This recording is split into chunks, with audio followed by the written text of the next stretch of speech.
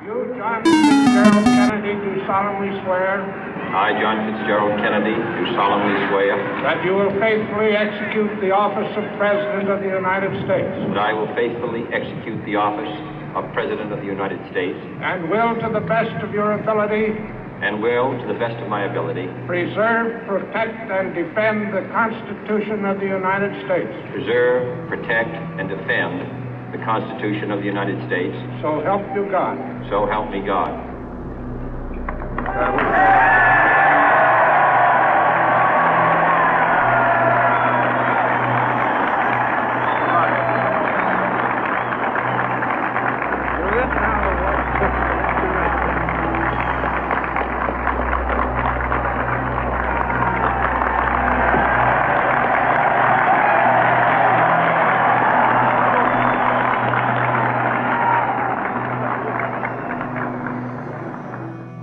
Vice President Johnson, Mr. Speaker, Mr. Chief Justice, President Eisenhower, Vice President Nixon, President Truman, Reverend clergy, fellow citizens.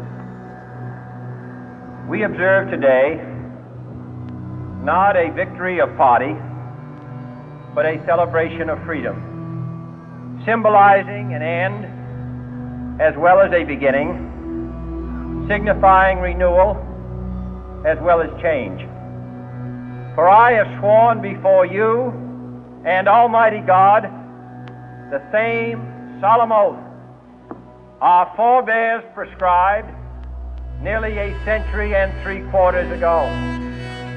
The world is very different now, for man holds in his mortal hands the power to abolish all forms of human poverty and all forms of human life.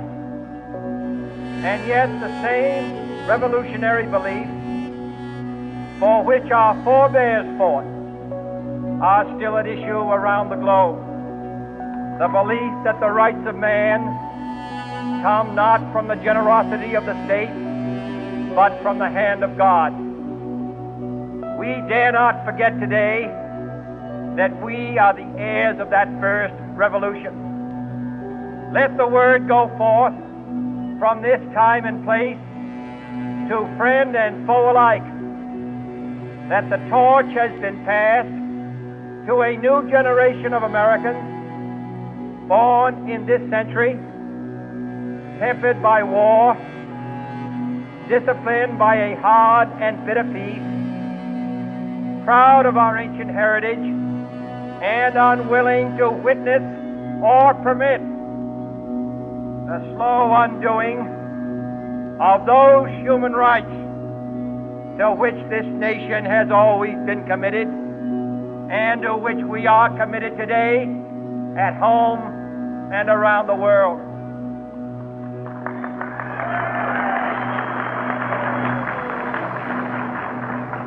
Let every nation know, whether it wishes us well or ill, that we shall pay any price, bear any burden, meet any hardship, support any friend, oppose any foe to assure the survival and the success of liberty.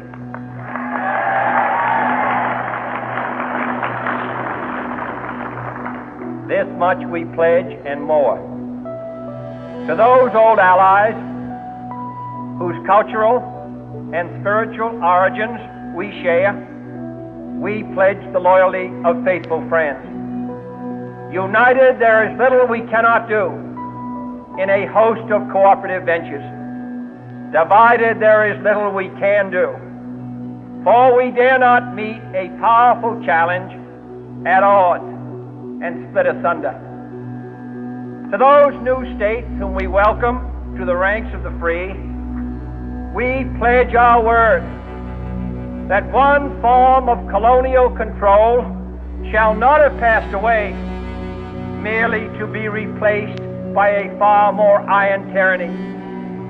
We shall not always expect to find them supporting our view, but we shall always hope to find them strongly supporting their own freedom, and to remember that in the past, those who foolishly sought power by riding the back of the tiger ended up inside.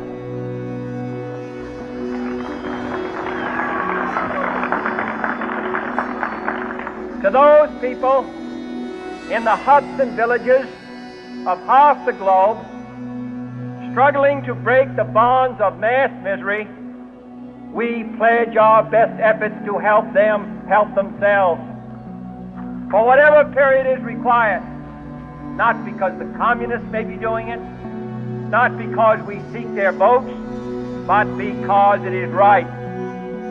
If a free society cannot help the many who are poor, it cannot save the few who are rich.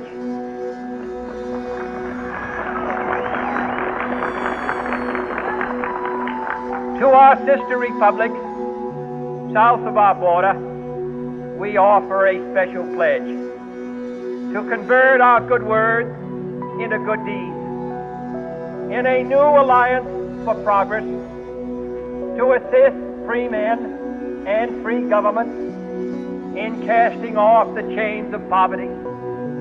But this peaceful revolution of hope cannot become the prey of hostile powers. Let all our neighbors know that we shall join with them to oppose aggression or subversion anywhere in the Americas. And let every other power know that this hemisphere intends to remain the master of its own house.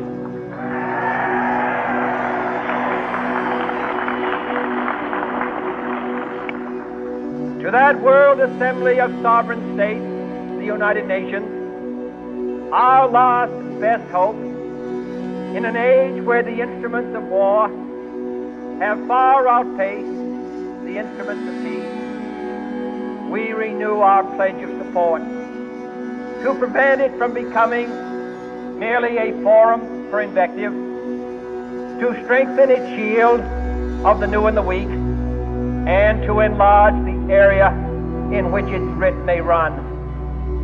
Finally, to those nations who would make themselves our adversary, we offer not a pledge, but a request that both sides begin anew the quest for peace.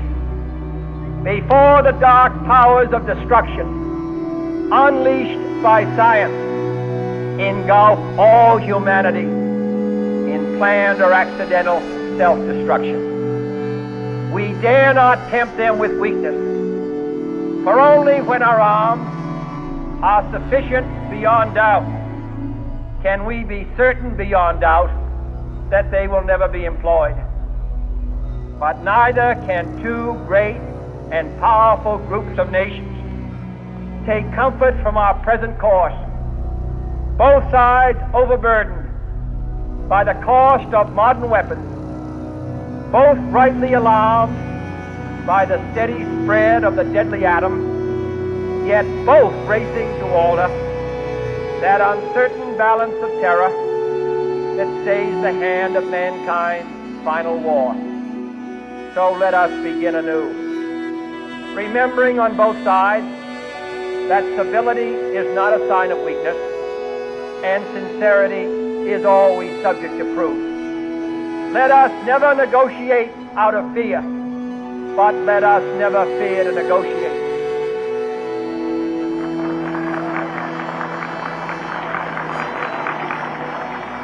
Let both sides explore what problems unite us, instead of belaboring those problems which divide us.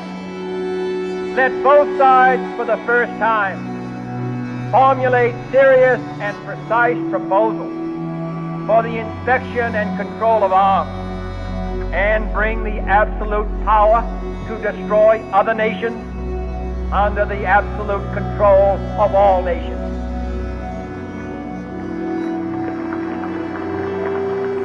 Let both sides seek to invoke the wonders of science instead of its terrors.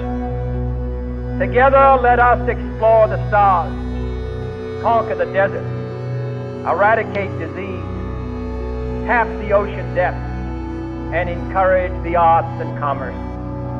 Let both sides unite to heed in all corners of the earth the command of Isaiah to undo the heavy burden and let the oppressed go free.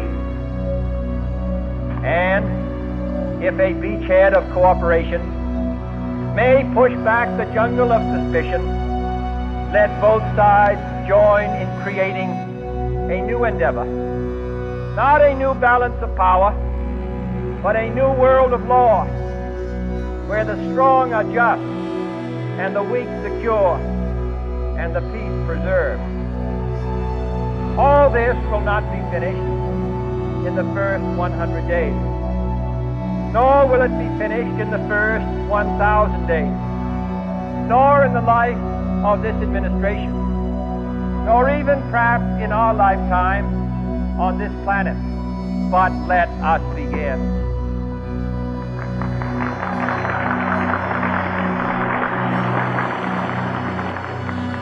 In your hands, my fellow citizens, more than mine, will rest the final success or failure of our cause. Since this country was founded, each generation of Americans has been summoned to give testimony to its national loyalty. The graves of young Americans who answered the call to service surround the globe. Now the trumpet summons us again, not as a call to bear arms, though arms we need, not as a call to battle, though in battle we are, but a call to bear the burden of a long twilight struggle, year in and year out, rejoicing in hope, patient in tribulation, a struggle against the common enemies of man, tyranny, poverty, disease, and war itself. Can we forge against these enemies a grand and global alliance, north and south, east and west, that can assure a more fruitful life for all mankind? Will you join in that historic effort?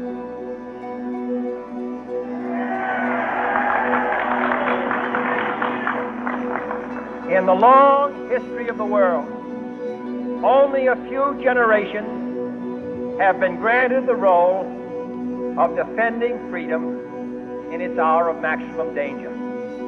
I do not shrink from this responsibility. I welcome it.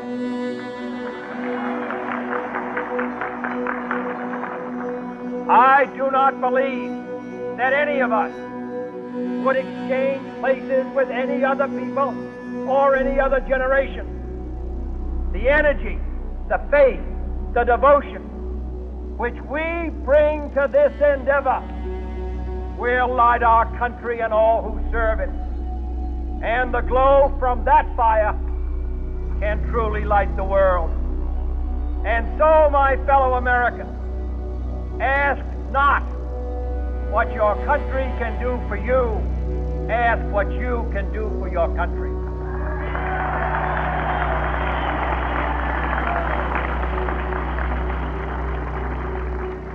My fellow citizens of the world, ask not what America will do for you, but what together we can do for the freedom of man.